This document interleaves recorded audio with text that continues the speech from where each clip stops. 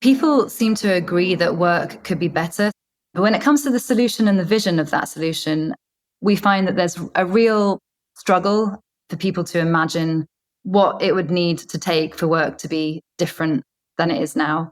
The mindsets that are really in the way there or acting as in an unproductive way to get to a vision are the mindset that we have to work in order to survive. That runs incredibly deep. We work to live, we work to make money in order to live. And if we didn't work, then we wouldn't survive. And work as we know it is the way that we survive.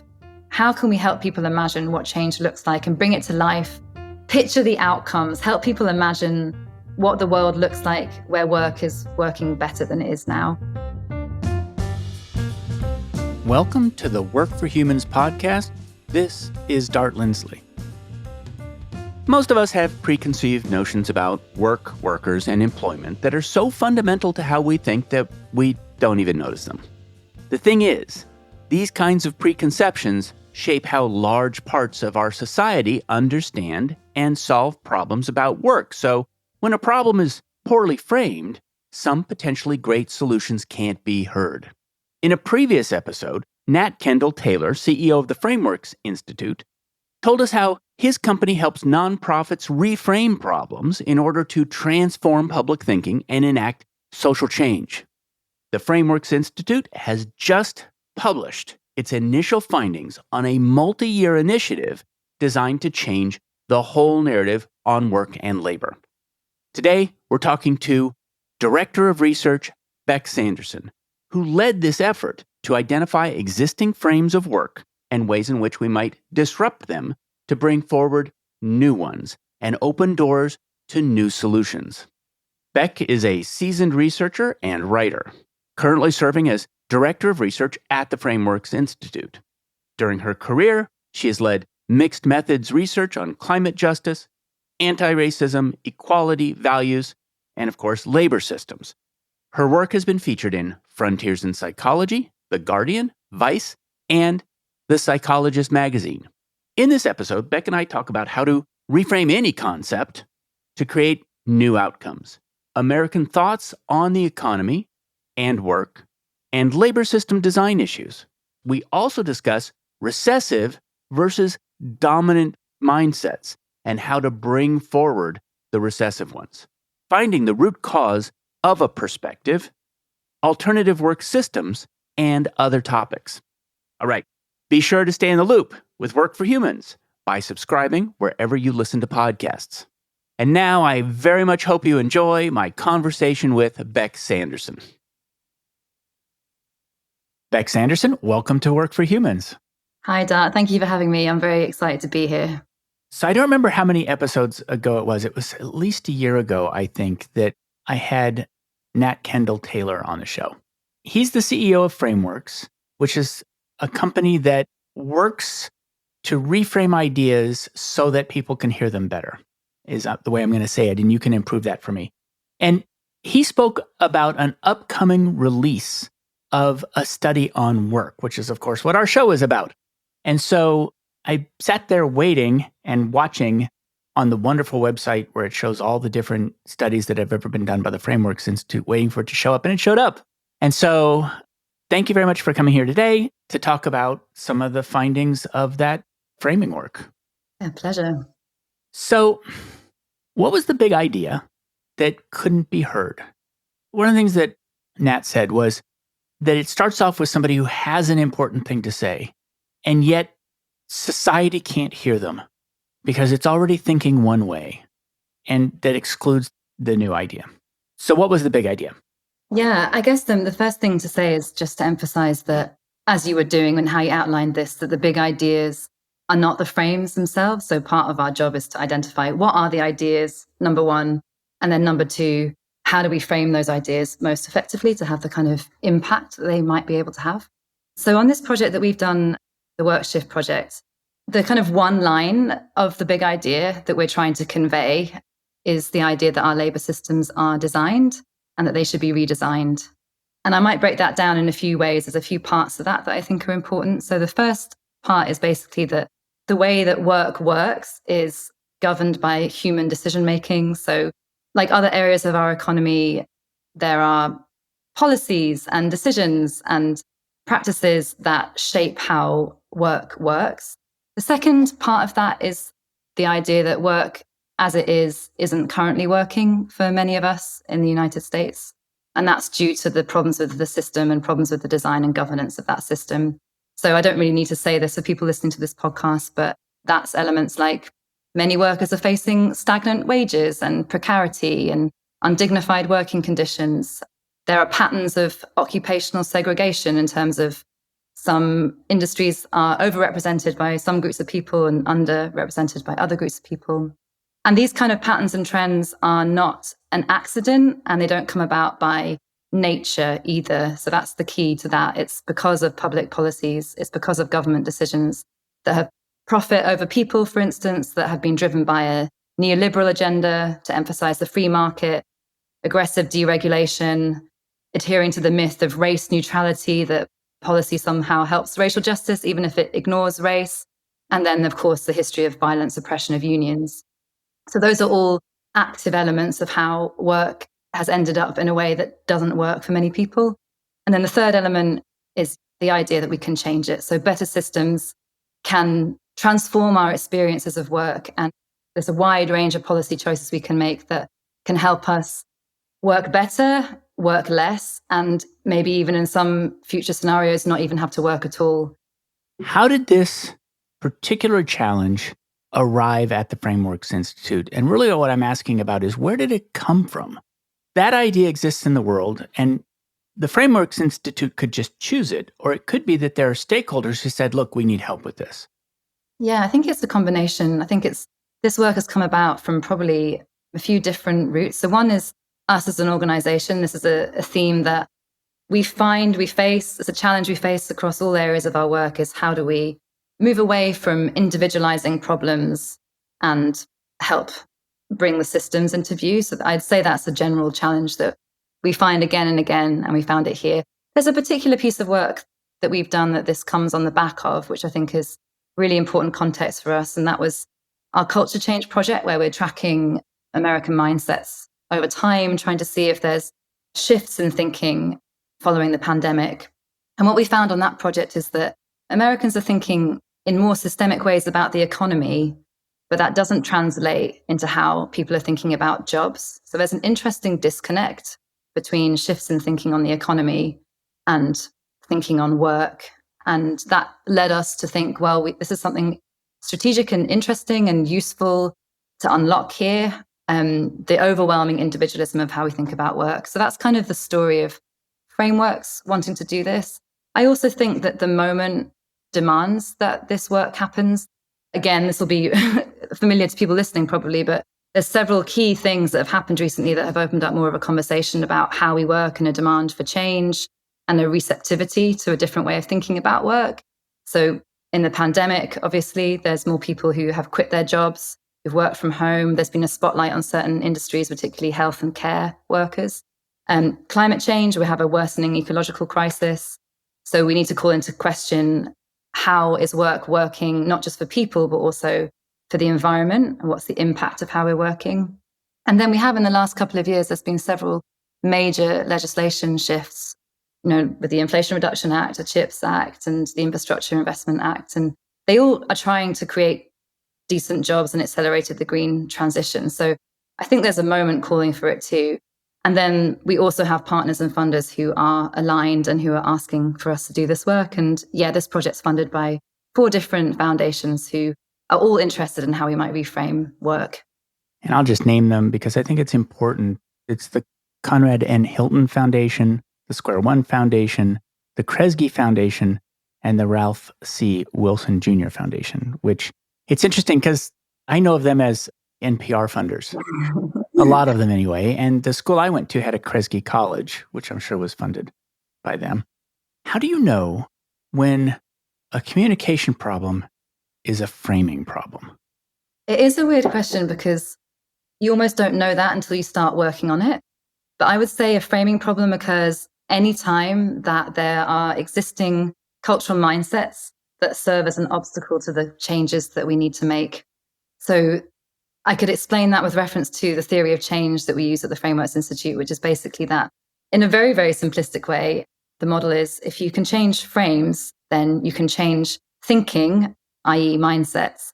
And then that in turn can change outcomes and can mean that we have better policies, better decisions, shifts in practice. So to change framing, change thinking, change outcomes. And the first bit of that basically means that stakeholders, people in the field, people who want to convey something are working together in a coordinated way, amplifying frames. It's not just having the right words, it's having a good strategy to coordinate that and amplify it and get it out there. And then with that, you can change the dominant mindsets that people draw to mind on that issue, which can lead to change in outcomes. I can illustrate that with an example. I know it's one that Nat talked through on the last episode that we did, but it might bear repetition. So if we frame tobacco as a vice, so we think about smoking as a bad habit, a vice, something that people do that's their own choice to do it and it's bad for them. That's the frame. And that can reinforce individualistic and quite moralistic thinking about smoking. So it's a blame mindset. It's your fault that you've got an addiction. It's your fault that you've chosen this unhealthy lifestyle. And if you think about smoking like that and tobacco like that, then you lead people to support solutions which target individual behavior. So information campaigns and things like that, where it's like, let me tell you some information that will mean that you will learn something and stop smoking. It really obscures any wider shifts that need to happen in, for instance, regulating the industry or changing policies on taxing smoking, whatever it is. But however, if you change the frame there, so if you instead frame tobacco not as a vice, but as a defective product, so the frame changes to highlight it as a product that's being produced by companies with bad intentions or at least vested interest, then you can cue mindsets that are instead about the corporate tobacco industry and how that is driving health disparities and problems.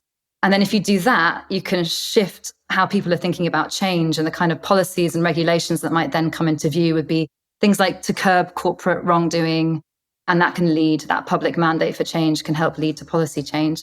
And we sometimes talk about this as a loop as well, the policy feedback loop. So you can shift mindsets to shift policies, but then in turn, it happens the other way around. So when policy shifts, when change happens in society, then that has an effect on mindsets and how people are thinking.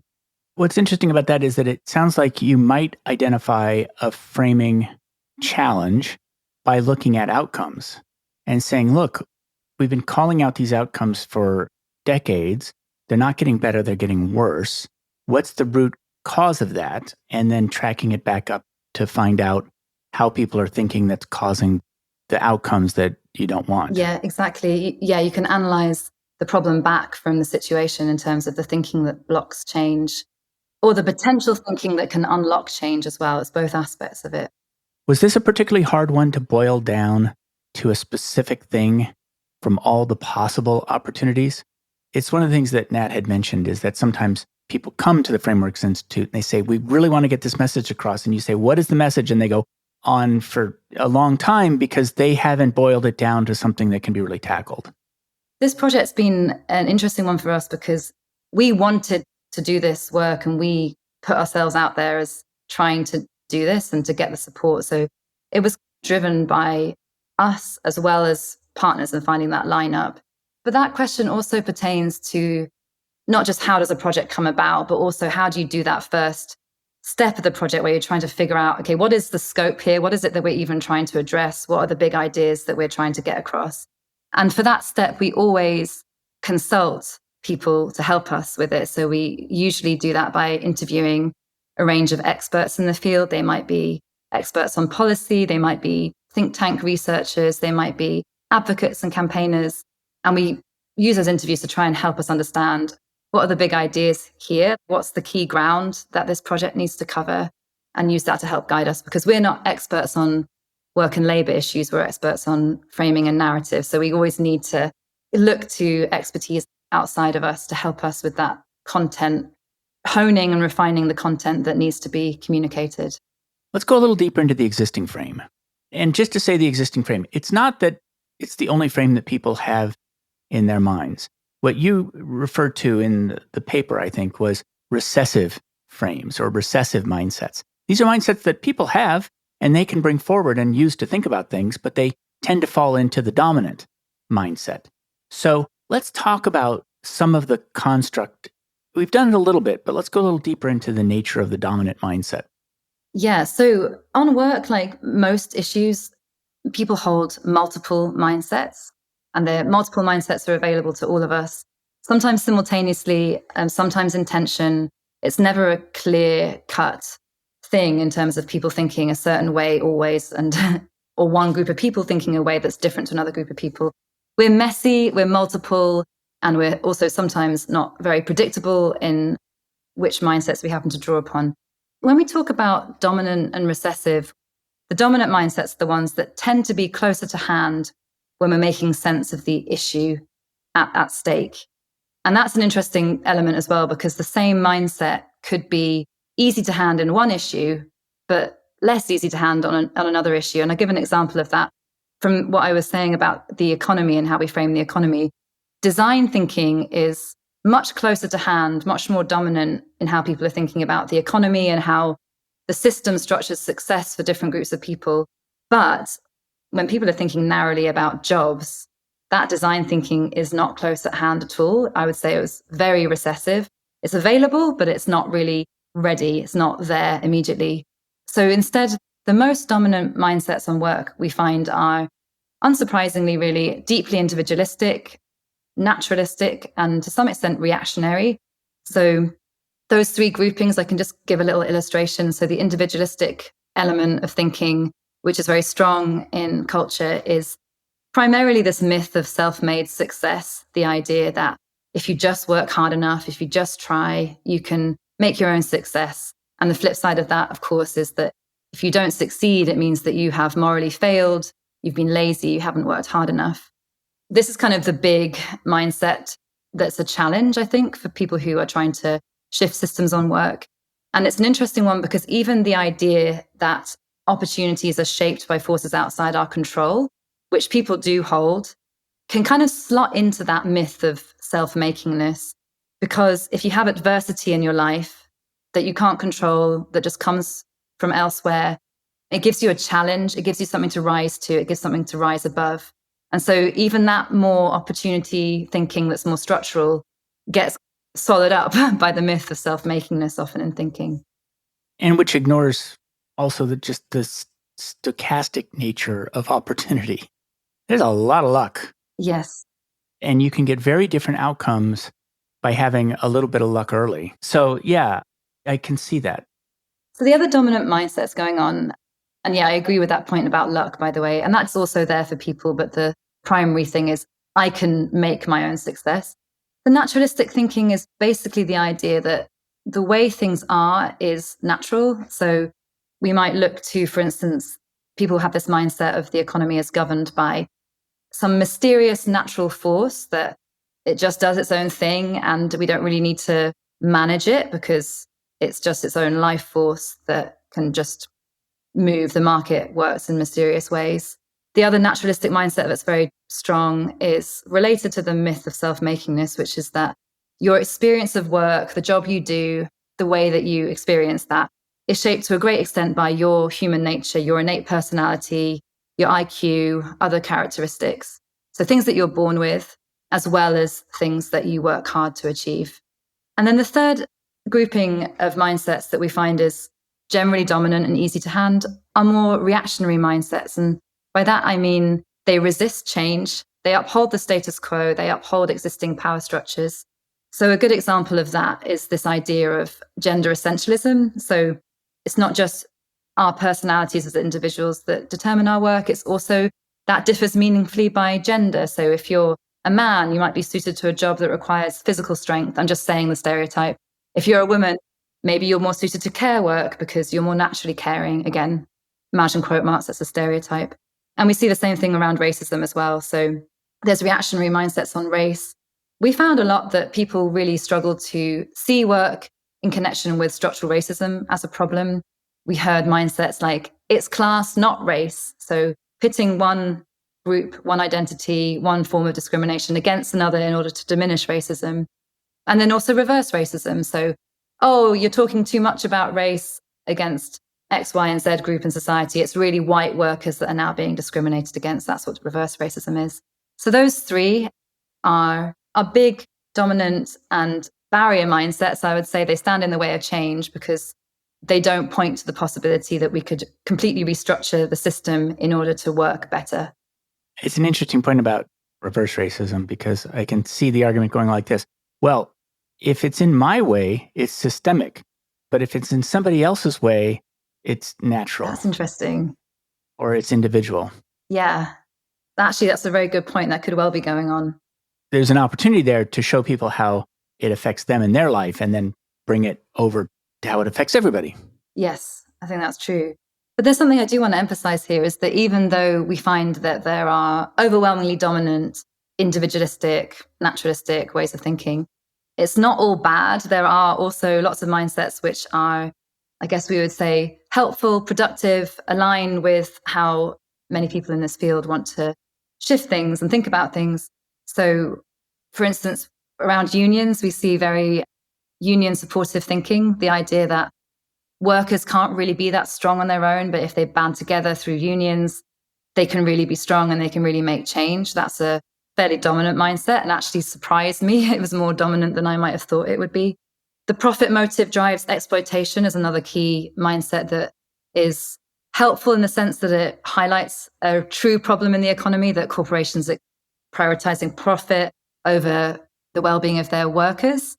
Comes with a shadow, though, because that can be associated with fatalism, that there's nothing we can do about that, but still the analysis is helpful. And then similarly, we also hear a fairly dominant and growing mindset in the US around work, economy, lots of issues. The idea that the system is rigged. The system is rigged by elites. It's the hard right. It's large corporations against ordinary people, against workers. So there are, as I said, lots of mindsets, multiple mindsets, sometimes contradictory mindsets that are available to everyone, some of which are helpful and some of which hinder us from the kinds of changes that we might need. I want to call out what I suspect is you just passed over it very lightly, but it was in the writing. The idea that labor and management are in a competitive power relationship. In other words, it can't be collaborative. It can only be solved if labor gets more powerful. And that's an interesting thing because it's an example of what I would think of as there's A frame, B frame. Well, C frame is actually something that might actually, I should say I'm incredibly optimistic and a bit of a Boy Scout. And so I think everybody should work together. But this idea that there's a frame inside the two frames, and one of those frames is that the only way that this is going to be resolved is through an adversarial competition and power. Yeah, that's a good question. I feel like it doesn't have to be adversarial or aggressive, but I think the thing we're pointing at in this project, and again, this was coming largely from the experts that we interviewed at the start to help us figure out what the analysis is, what's the content we want to convey, what are the big ideas. The idea being that there is a massive power discrepancy that currently exists in who has power in the economy. So large corporations have a huge amount more power than workers over the conditions of work in terms of the way that they influence politicians through lobbying and resisting or putting forward the right to work laws and campaigning on that, and many things that deliberately weaken labor because they basically, for their profit motive, want to continue conditions that are more exploitative, that they have a bigger profit margin. So you could look at that dispassionately and you could look at that passionately. And a dispassionate reading would be, well, corporations are incentivized in the system to survive in that way. That's how capitalism works. And given that, the role of labor is to try and act as a kind of counterweight to that power. And we hear these metaphors used by the field a lot, like rebalancing, leveling, trying to correct some of that massive imbalance. But the dispassionate reading is that the system creates that rather than it's these greedy individuals who are acting for their self-interest and they hate the people in the unions and the unions hate them. It's more about questioning what are the incentives or punishments that are set up in the system that shape the way that the different actors of unions and corporations behave. One of the things that comes to mind for me hearing you speak about this is the question of how deep we have to dig into a frame to find the root. Talking to you is part of a thread that we've been following on the show. And the thread has moved from the design of work experience very much in an individual aspect to saying, in what ways do we need to relook at the system in which work is created? And so there are several alternatives that have come forward in my last couple of interviews. One of them is companies should be owned by employees. One philosopher said, renting people violates an inalienable right. And it's simply wrong. And we need to strive toward employee stock ownership programs where the employees own 100% of the stock. And so had dug down to the level of the contracts that exist between people and firms. That's one. A second one was a conversation this morning with Phil Brown. His point was, I think actually a subset of the reframe that you're talking about, which is that human capital theory posits that if you just invest in yourself, you will win great work. And he's saying that has not been the case. But it was very much an individualist approach to that, saying it's up to you to manufacture yourself in a way that you can win in this market. And so that was a second one. And so I guess my question is, how do you know when you've dug deep enough? And I'll give you a perfect example of this from George Lakoff. George Lakoff said that the difference in the right and the left is primarily a difference in the metaphor that people use to frame family. And so what you do is you go, in his case is, I don't know, I'll describe this briefly for listeners, which is that in one case on the right, the metaphor is that children are by nature not vice-ridden, it's not the right word, are by nature, I'm going to say bad. And the only way for them to become virtuous is through a disciplinarian father. And then on the other side, the argument was, no, children by nature are virtuous, and they need nurturing parents to show them how to feel empathy. And these are such deep models, way down in how we think about who people are. And so the question is, how do you know when you've dug deep enough into a frame to find what might be the deepest framing concept? So I think there's probably a couple of ways to think about that. One is through the analysis of the frame itself and what the frame is trying to convey. And that example you gave from Lakoff, that threads through a lot of our work. And a lot of our work, we're talking about government responsibility in some way. And you think about areas like criminal justice, areas where there's a very strong kind of punitive model of system should punish, like a strict parent versus the system should support people, like a nurturant parent. So I would say that's live in a lot of our work where we're thinking about the role of government. So you can analyze the frame, and sometimes we're looking to answer. A frame will tell you implicitly or explicitly, what is the problem at hand here? Why does it matter? What should we do about it? And different frame elements have different roles in one part of that understanding often. So that's one aspect of really analyzing the frame, sort of theoretically, I suppose, for the model or the mindset that it's drawing upon and that it wants to strengthen in the world. The other thing, which is very important for us in our process, is the way in which you test a frame and understand the impact it has on thinking. And I think that's the kind of another empirical way you can look at what a frame does and what it cues for people, what it brings to mind, what mindsets are shifted or brought to the fore or ignored as a result of that frame. So when we test, we have what we call our dependent variables. So we'll often test in survey experiments where people are exposed to something, a frame, piece of writing that instantiates the frame. And then we measure a range of variables, including a range of different mindsets on responsibility, efficacy, support for different types of solutions, a range of different things. And that will give us some insight into, okay, this is what this frame is doing. This is the kind of thinking that this frame encourages. That makes a lot of sense. It's not philosophical, it's utilitarian. Does it work? If it works, it's a good reframe. That's right. That makes a lot of sense. I think it's both. I think there is a sort of philosophical, theoretical element to like forming the frame and seeing what we think it's going to do. And then there's an empirical, practical exercise of testing what it actually does when people respond to it. One of the things that George Lakoff introduced the idea of is that you can understand how people are thinking by listening to the metaphors that they use to frame a problem. And it raised the idea to me that in the same way that in literature you do a close reading of literature to really understand what's happening in the story, you could do a close reading of, in my case, corporations, and listen to the metaphors that are being used. And from that, understand how people are thinking. And so I'm wondering if there is a whole sort of sub approach here where you listen for metaphor and look for how those metaphors are structuring thought.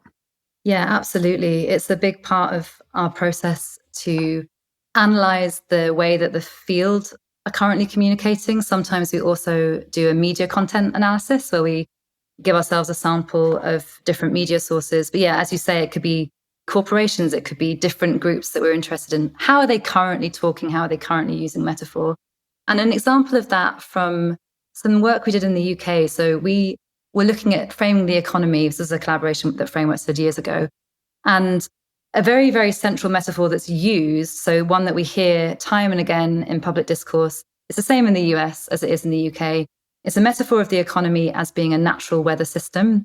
So you often will hear phrases, especially when there's a crisis, we need to ride out the storm, the tides are turning, storm language, thinking about water, winds. And that's a really unhelpful metaphor, but it's one that's used very, very often.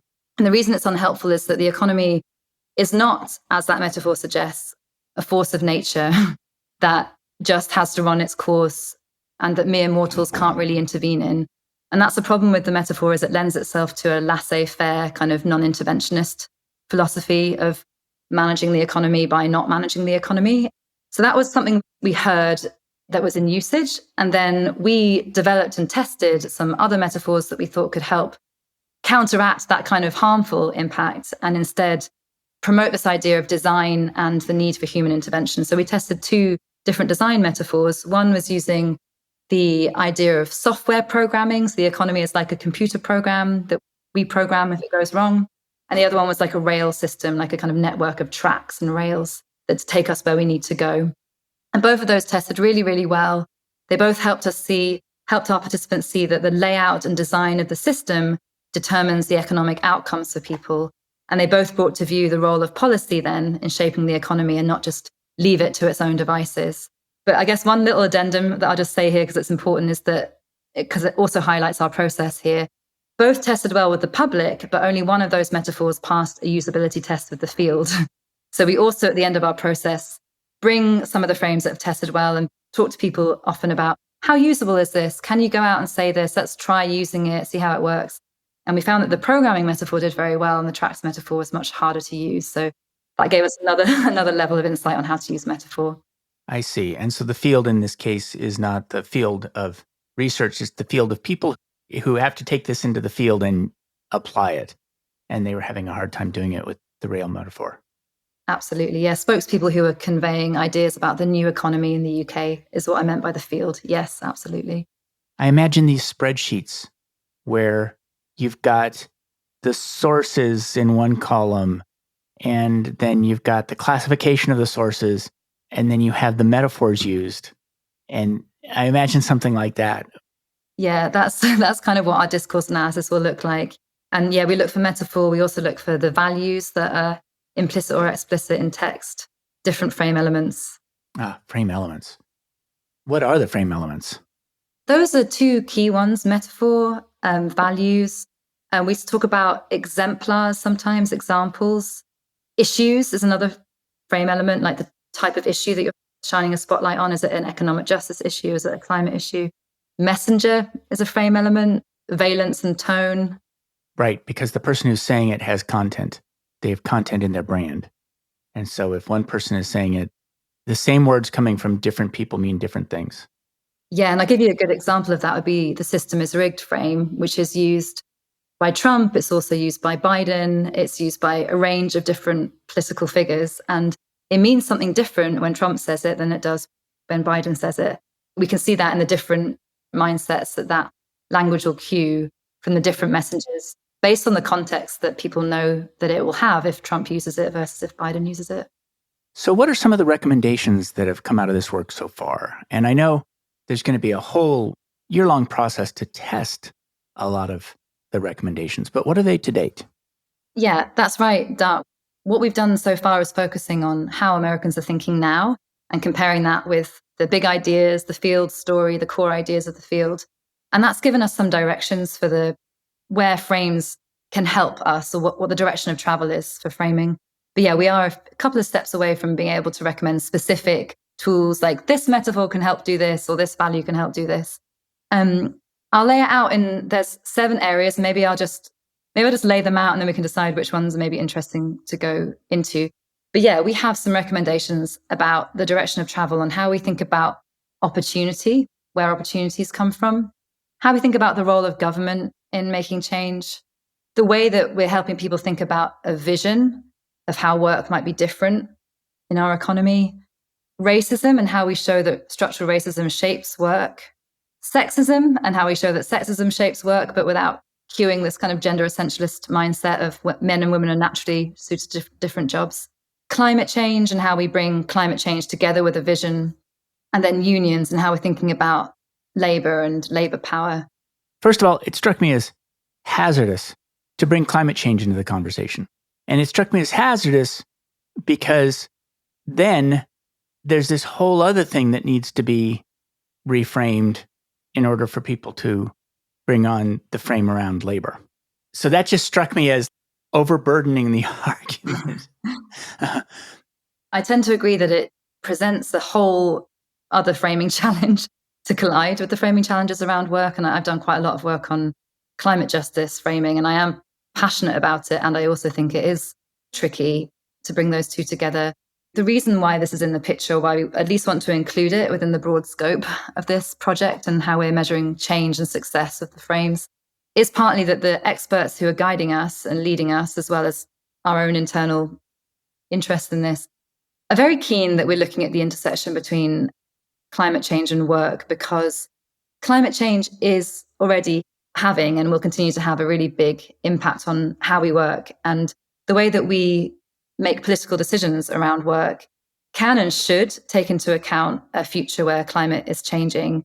So if we're talking about climate mitigation strategies, we need to subsidize different industries. We need to stop propping up fossil fuel companies and switch to renewables, for instance. And it's not just about where money goes and funding and support, but also pathways for workers. In the just transition analysis, they talk a lot about training and how in an economy that transitions to be green as well as socially just, we need pathways for people to switch careers, to retrain, to not lose their jobs in industries which are on the way out, and to instead be able to get decent, good work in industries that are on the way up. So I guess that's really where it's coming from, is that climate change can and should change the way our economy is actually working, and that has an impact on workers. It is interesting, though, because I feel like the people who work on climate change are always talking about jobs, but that's not necessarily true the other way around. People who work on work are not always talking about climate change. And you see that in the history of the union movement and how a lot of unions have communicated that that's not an area they've necessarily spoken about, because the interest has sometimes been about preserving the status quo of industries and the interests of workers in those industries. There are tensions there. I do also think there's a big tension in public thinking. We found in our UK work on this that people often think about these two things as a zero-sum game. What's good for jobs or the economy is going to be bad for the environment. What's good for the environment is going to be bad for the economy. So I do think we have a challenge there, but I think it's an important one strategically to try and face. A friend of mine, Apekshita Varshney, is working on heat mitigation for workers in India. It's a perfect example of, I think, what you're talking about, which is it's multi-directional. So, A, it really is killing people. I mean, heat, especially close to the equator, is killing a lot of people, and it has gotten worse. And so it's a perfect example of where climate is affecting. I think there's a second piece to it, which makes sense to me. I guess what it is, it's that bringing up climate change creates a lot of affective filters with a lot of the population. So the trick is to do it in ways that don't raise those affective filters because it's been associated with certain political leanings and things like that. We find this a lot in our work on framing and frame testing is sometimes we have to make a choice about what's explicitly in the frame versus what are we checking is an effect of the frame. So that's the difference between explicitly talking about climate change in connection with work, which I think we want to do to some extent to explore that. But even if we don't, even if we have frames that are doing something else and they don't have climate in the picture, it's still interesting to know the impact of those frames on how people are thinking about climate change, because we don't want to risk, I guess, a backfire effect or a spillover effect that the way we talk about work is harming support for the kinds of shifts we need to see around the green transition. So there's that element too, like not just what we say, but the impact it has. Very interesting. Yeah, you don't want them competing with each other. Yeah, exactly. And in particular, in the same way that it's possible to use class to dismantle race issues, it's possible to defeat both climate issues and work issues by playing them off against each other, which is climate policy is a job killer, as opposed to climate policy is a job creator. You hear that zero-sum frame used a lot in I don't know if I can say names, but yeah, Trump uses that all the time, basically, that kind of zero-sum killer argument. It might be interesting to share some insights on climate framing that I've had, and how that might relate to work potentially. So I've worked on framing climate justice. So the idea that the least responsible around the world are the most affected by climate change. So it's looking at the inequities of responsibility versus harm, the impact of climate change. And when we test frames which are crisis frames, and these are frames which are often used by climate campaigners, or at least they have been in the last few years, really ringing the alarm bell, the end is nigh, we need to act yesterday, otherwise the world is going to die. Those kind of frames really backfire on people thinking about equity and climate justice principles, because they put the blinkers on, they ring an alarm bell, they create urgency, and they stop people. It's like, well, we need to reduce emissions by any means necessary and not worry about all this social justice stuff on the side. Whereas instead, if we use solidarity framing and we're trying to draw connections between the interests of people in different parts of the world and why we have shared common cause on climate change and on addressing climate change, then we can really raise understanding of these climate justice principles. And I wonder if something like that, and I'm saying as a hypothesis really, because we haven't got to that point yet, but I feel like there'll be a similar learning on work. Like, we shouldn't ring the crisis bells. Solidarity is probably a good frame. But yeah, we don't want to narrow people's view too much on urgency at the expense of seeing the social justice problems in the system. And it strikes me that the point I was bringing up about oppositional power and having to win power, I think what I was saying is that we should look for a solidarity play between management and labor. And so there's a way in which I think that's what I was reaching for. Yes. Labor and management have different interests within the system as it's currently defined. I guess that's one. They're not on an equal footing. They don't share a common interest, or at least they might share some common interests and have divergences elsewhere. That's an issue with the solidarity, because there's not an equality there between those groups. But that's why some people are digging down to say all companies should be employee owned. Well, yeah. And which is just a bigger reach. Things like that are trying to, basically, management is labor in that case. yes. And so you have solidarity. Yeah. Right. That's one of the solutions that we're looking at. We're going quite big on possible visions that both reform and revolutionize the system in this project, because we're interested in a range of different ways of getting to change. But yeah, one of them is cooperatives and worker-owned companies. That's a really good route, I think. So one of the things you speak about is that the frames that you want to make more dominant, that this project wants to make more dominant, are accessible. In other words, they exist. They're in people's minds. You just have to invoke them at a moment of decision making and hopefully invoke them often enough that pretty soon they become the dominant. There's one of them here, which is an often accessible, and that is, I think, means it's an existing frame, vision or paradigm of a society where work could look fundamentally different. Does that model exist yet, or is it something that's still going to be worked on? Yeah, so I think that's an area where people seem to agree that work could be better. So there seems to be some shared understanding between the public and also the experts or stakeholders that we're working with on the problem and the way that work isn't working. But when it comes to the solution and the vision of that solution, we find that there's a real struggle for people to imagine a different system, to imagine what it would need to take for work to be different than it is now. So there are a few mindsets, and we tend to distinguish, I guess, between mindsets on the inside, which is the deep ways I'm thinking about something, and then frames of the communication tool on the outside that can, like you say, connect with those mindsets.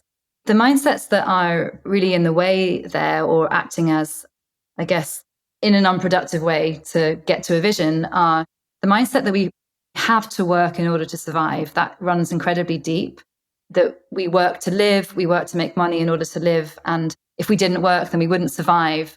And work as we know it is the way that we survive. So I think that really contributes to fatalism about making big changes and about work being different, the sort of threat of survival, really, of change. And then in terms of the kinds of direction of travel or the recommendations that we have at this point that are quite general, is to help people imagine that future. That's really the main thing. How can we help people imagine what change looks like and bring it to life for people? And one way we might do that is to lift up the values and principles by which we want work to work. And again, we haven't got to the actual frame testing bit yet, so I can't unfortunately sit here and say, here are the values and principles to use exactly, because they test really well.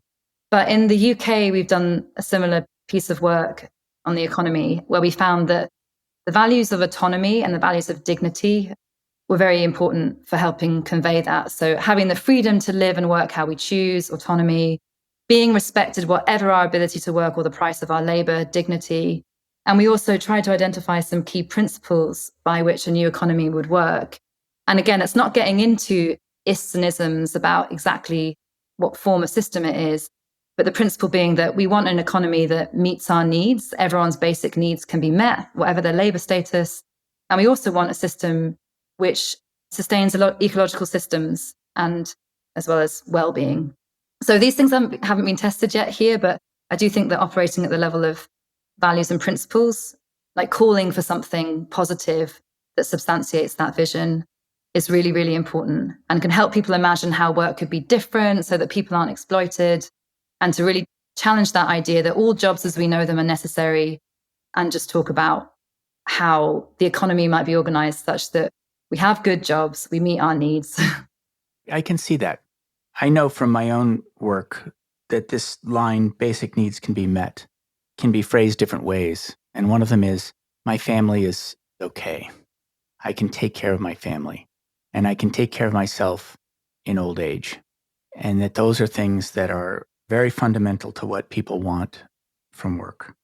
Autonomy is a cost of work. I mean, lack of autonomy is a cost of work. And so people are saying that they want this thing work at a reasonable cost. And one of those things is that I think you've also mentioned opportunity, which is that opportunity, and I mean, equal opportunity has been said so many times now that it's gotten an effective filter attached to it, I think. Yeah, But yeah. the idea that opportunity could be equal, in my view, is right the way to say it. And so I like that. I like that idea. I like that idea in part because it ties back to the objective that you were talking about at the beginning, which is that the effectiveness of a frame then changes decision-making, which then results in different outcomes. So describing those outcomes as a vision, because it's also probably a place where everybody agrees. Yeah. It's just a question of how to get to those things.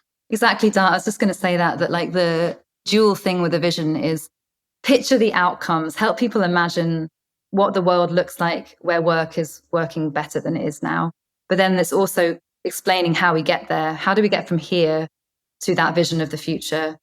And that is a challenge to do that in a way that sometimes we face what we call the ambition feasibility paradox in work like this, where the changes that are really big and ambitious that we need don't seem feasible. They seem pie in the sky. Or on the other hand, the feasible changes that people think, yeah, we can do that, are so small as to seem negligible to addressing the problem. And so, yeah, we're going to face this problem when we develop frames, but striking that balance between big, ambitious future of work and then feasible ways of getting there is going to be a challenge for us, but an important one to try and tackle. Definitely. Was this framing work that you did around work in any way surprising or different from other framing work you have done?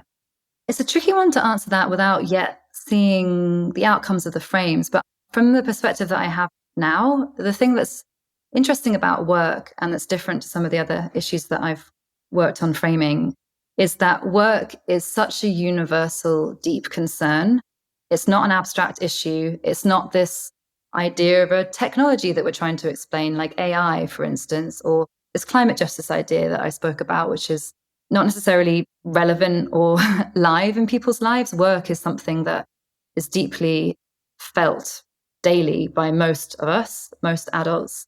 So that's the difference. And I think that both presents an opportunity and a challenge. One is that this is an area where people really care about work and they have strong thinking and feelings about work, and it affects them directly. So it can really connect with people's hearts and minds very quickly. But then I guess the downside to it is that it is an area where there's quite strong existing mindsets. Sometimes I do research on areas where, like bioenergy recently, it's like, well, no one has really much existing mindsets about bioenergy. That they have existing mindsets about related issues which they can relate to bioenergy, but that in itself is this kind of fairly abstract techie thing that most people just haven't heard of and don't know about. So that's a very different type of framing exercise than an area where people already have a lot of expertise, lived expertise of the issue and deeply care about it. But I think the opportunity as well there is that because work is so much in part of our everyday lives, and it's a massive voting issue as well in terms of the economy being routinely voted the most important issue, or inflation, wages, rich and poor gaps, unemployment. It's also an area that can translate very obviously and quickly into collective action through unions. So that to me makes it really direct impact of frames on work can be not just building a public mandate for the types of policies and changes we need, but actually galvanizing people directly into solutions they can be a part of in their work lives. I mean, not everyone can join a union, but a lot of people can join unions and enact that kind of change. It's really interesting about the depth of how deeply held many of the beliefs are. How old they are. Your parents never told you an opinion about bioenergy. Probably. Yeah, right. And it reminded me of, I knew a father who told his son, it's called manual labor because a man does it. Wow. And he was saying it's layered, right? Part of what he was saying, if you're not doing manual labor, you're not a man. And of course, it was this absolutely what you're talking about. It was this sort of gender naturalist approach. Also, he knew he was using the word wrong. He knew that the man doesn't come from manliness, so he was being funny too. But he still said it, and nobody's ever said that about bioenergy is not your identity. This is also one of the things that's really deep about work, is that it's who you are to a large extent, which is also an optional frame. Yeah. Right? You are what you do is a choice, as opposed to you are who you help or something like that. Yeah. Have you heard of the work by Sarah Jaffe called Work Won't Love You Back? No. Just picking up on that thread of identity, it's a book that came out, I think, fairly recently. It was part of our book group at work, ironically. But yeah, the title conveys the central idea, really, I guess, in that book of Work Won't Love You Back is we've been sold this myth that we're supposed to love what we do, that work is a source of our inner fulfillment, meaning, personhood, identity in life. And it's a myth that is actually used to exploit us, because if we're supposed to love what we do, then it's its own reward. And we can think about this generally with work, but we can also think about this. We're focusing on this project in public mindsets and framing around care work, for instance. Care work is very much seen as being its own reward for people. You do care work because you're caring, because it's relational, because it gives you something back, it's rewarding. But the reason that that can be exploitative, and it's the same with nonprofits, people who do mission-driven work as well, is that it can allow you to accept conditions, lower pay, higher hours, because you're doing it for a different motivation, because you're doing it because you love it, because it's fulfilling to you, it's meaningful to you. And it is tricky. I find this personally tricky because to some extent, I subscribe to the idea that work should be meaningful. And I don't want to spend half of my life on something that I don't care about and don't find meaningful. But at the same time, I can see that that mindset can lead you towards accepting conditions that are actually exploitative. Which leads me to one of my closing questions, which is, and I know it's odd, what job do you hire your job to do for you? Really, honestly, I hire my job to stretch my mind, give me structure to think about things that I find important and interesting, to have camaraderie and creativity with my colleagues who I really like. Work makes me feel things, sometimes makes me feel sad and anxious because of the state of the world, but I like working because it makes me laugh, I have fun. And then I guess materially, it provides a level of security and comfort. I work because it allows me to learn about people and it gives me a small shot at playing a small role in the collective endeavor to change the world through framing. The reason I ask that question right now is that the basis of that question is the idea that work is a product that people buy, and that if we really understand what people want from that product, we can design it better. But one of the things that comes forward when you start to do that kind of work is you realize that all products have trade-offs, which is I can't get a car that will both take me fishing off-road and gets great mileage and I can park in the city. So I have two cars. That's a part of the reason I have two cars. And so the same is true for work. One of the trade-offs that appears very commonly is I want to do good in the world, and I may not be able to make as much money doing it as if I went into finance, let's say, or something like that. And so I think you said it a little bit in the I need to have base living, which is you didn't say, and I need to be able to buy a premium car, right? Or whatever. It says, look, I need to be able to live securely and at the same time get all these other things that I want. And that there may be trade-offs in the product that you decide to subscribe to. I guess one response I have to that, and it also comes back to what are the visions of the future of work? I have this thing running around my head of like, we want to work better, but we also want to have the option of working less or the option of not even working at all. At the moment, because of how the system is designed, I appreciate you shedding a light on the design issues with your metaphor there. We do have to work to survive. That's the mindset that exists. But it's true, right? And it's It is true. yeah, it's true, and that is a survival thing. But it's not the same in all countries, and it's not the same in all possible scenarios of the future. That your survival and your material security has to be tied to your work. So that's something that in this project, in terms of the impact of frames, the way we talk about visions, I think another element is we have to think wider than work and think about the economy and think about the public provision of services that mean that we can have lots of those needs met without it being intimately bound up in our jobs and our employment status. So, universal basic services is kind of a reform with a very revolutionary potential on that front. It's true. And I have not researched that yet. And so I'm going to need to put that on the radar and start bringing forward the idea of universal basic income. Because I think the point you make about survival is really important. And this is also maybe different about work than it is for some of the other things you've looked at, which is fundamental problem. I care more about my kids than I care about other people's kids. And if work is necessary for survival, I want my kids to get it. And so if it's survival, it becomes competitive and it leaves the solidarity framework. Absolutely. And you've just articulated something that I'm just going to restate what you said in a slightly different language, if you'll humor me, Dart. I have worked for many years on a model of values, how we think about human motivation. And okay, so we might start with family. Let's start with family and kin. Like we care about family and kin. What often happens in regressive communications that are counter to the types of goals we've been talking about today is that value of family, people I care about, the moral sphere around that group gets hardened and even shrunk. And it moves into an area of values that we would call security values. So I am now afraid of the threats to my family. I'm afraid of the threats to my in group.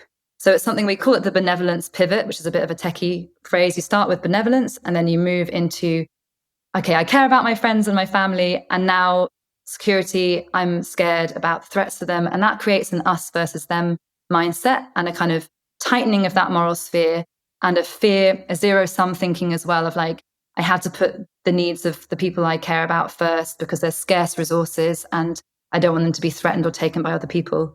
The other thing that communicators can do, and this is something we're exploring, is a pivot that goes in the other direction. So you start with family and friends, which, as you say, is often where people, their hearts are. That's often what people say they care about most. But instead of that shrinking of the sphere and the hardening of the borders and the threat of the other, you try and widen it out to expand that sense of care and kinship and solidarity to go beyond the immediate people that we love in our lives and to extend that care and concern to a broader moral sphere, widen the in-group instead of tightening around it and perceiving threat from the out-group. So I think exactly that, Dart, just sort of restated it with reference to the values research. Side question, who's like the leading researcher in values research? I've worked for many years with Shalom Schwartz and his work. So he's an Israeli psychologist living in the States. And yeah, he came up with a Schwartz model of values, which kind of lays out this framework that I was just referencing. What does your work cost you? I would say that although I love my work, I guess thinking again about this mentality of scarce resources, which I analyze as a problematic frame in many ways, problematic mindset, I do have so many resources and energy levels in my life. And if I put them to work, then I don't have as much energy and resource to put to the other things that I really love and care about. So I'd say that I am dealing with a trade-off there. I guess the kind of classic phrase for that is the work-life balance. Yeah, absolutely. Where can people learn more about you and this particular work?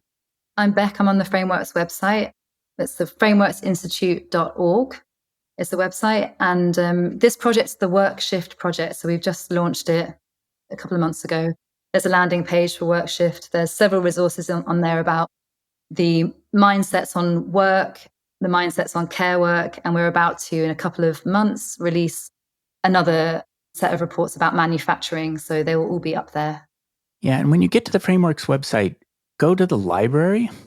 That's the link. So it's frameworksinstitute.org/library, because that's where you can find all of the published work of the Frameworks Institute.